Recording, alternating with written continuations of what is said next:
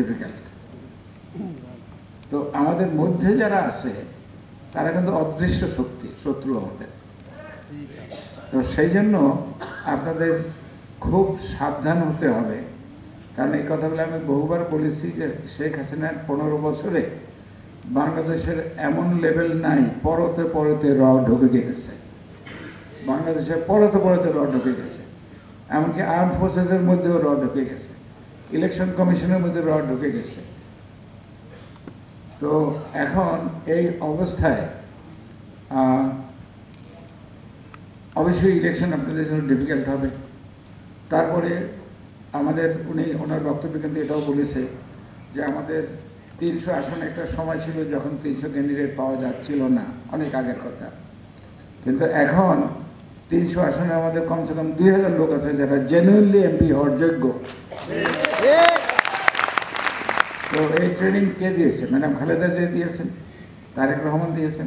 কিন্তু আমি সেই কথাগুলো বলছি না, আমি বলছি যে এই যে আমার 2000 লোক আছে যারা এমপি হওয়ার যোগ্য, কিন্তু আমার আসন তো 300। এই 300 আসনে যখন 300 জনকে দেওয়া হবে, তখন বাকি 1700 কি করবে? তারা যদি শত্রুতা করে তাহলে এটা ভরাডুবি হবে, তারা যদি কোঅপারেশন করে ল্যান্ডস্লাইড ভিক্টরি হবে। তো সেই জন্যই বলছেন যে নমিনেশন পাবেন তার দায়িত্ব হবে যারা পায় না তাদের সঙ্গে গিয়ে হাত মিলানো, গলা মিলানো, বুক মিলানো।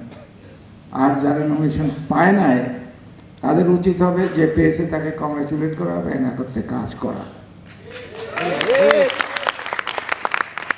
তো ওই মিটিং থেকে নেমেই ওই দিনই সন্ধ্যায় পটুখালী থেকে যে 4 জন, মানে আরও 3 জন, ওই টোটন একজন, কুটি একজন, পিনু একজন, এরা নির্বাচন করতে চায়। আমি ওদের সঙ্গে যোগাযোগ করেছি, আমি তো বলছি এত সকালে কী কারণে? আমরা তো দেখে কেউ না কেউ তো পাবে, কেউ না কেউ তো পাবে, এবং তাকে নিয়েই তো কাজ করতে হবে। যদি বিএনপি করি তো কথা বলতে অসুবিধা কি? তো আমার সঙ্গে টোটনের সঙ্গে কথা হয়েছে, ইজ ভেরি হ্যাপি। পিনুর সঙ্গে কথা হয়েছে, কুটিরকে পাইনি, কিন্তু পরে যখন আমি পটুখালী গেলাম, গিয়ে ওই কুটির অফিসে আমরা অনেকেই প্রায় 30 জন, তো কী বলে মিডিয়ার লোকই ছিলাম, সাংবাদিকই ছিল 30 জন আমার সঙ্গে। তো ওখানে ওদের সঙ্গে কথাবার্তা বলে আসছি। এটা হলো ফর্মালিটিস।